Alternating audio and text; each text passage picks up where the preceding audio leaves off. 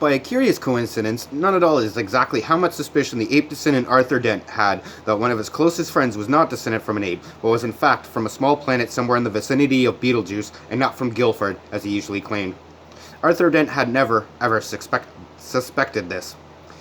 This friend of his had first arrived on the planet Earth some 15 years previously, and he had worked hard to blend himself into Earth society, with, it must be said, some success. For instance, he had spent those 15 years pretending to be an out-of-work actor, which was plausible enough. He had made one careless blunder, though, because he had skimped a bit on his preparatory research. The information he had gathered had led him to choose the name Ford Prefect as being nicely inconspicuous. He was not conspicuously tall. His features were striking, but not conspicuously handsome. His hair was wiry, gingerish, and brushed backwards from the temples. His skin seemed to be pulled backwards from the nose. There was something very slightly odd about him, but it was difficult to see what it was. Perhaps it was that his eyes didn't seem to blink often enough, and when you talked to him for any length of time, your eyes began to involuntarily water on his behalf. Perhaps it was that he smiled slightly too broadly and gave people the unnerving impression that he was about to go for the neck. He struck most of the friends he had made on Earth as an eccentric, but a harmless one. An unruly boozer, with some modest habits. For instance, he would often gate-crash university parties, get badly drunk, and start making fun of any astrophysicist he could find, until he got thrown out.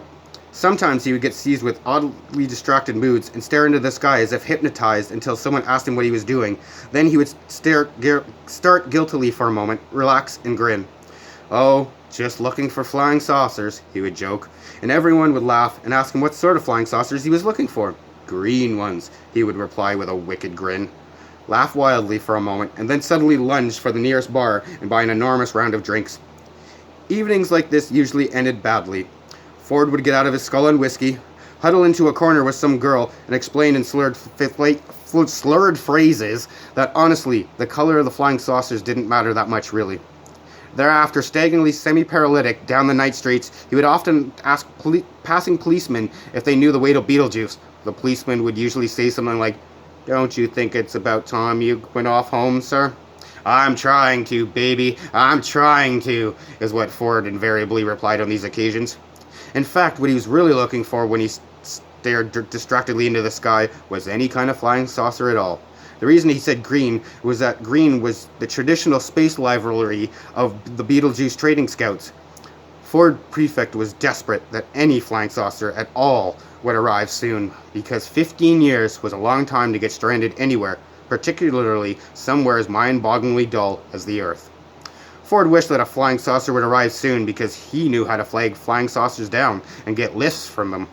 He knew how to see the marvels of the universe for less than $30 Altarian a day.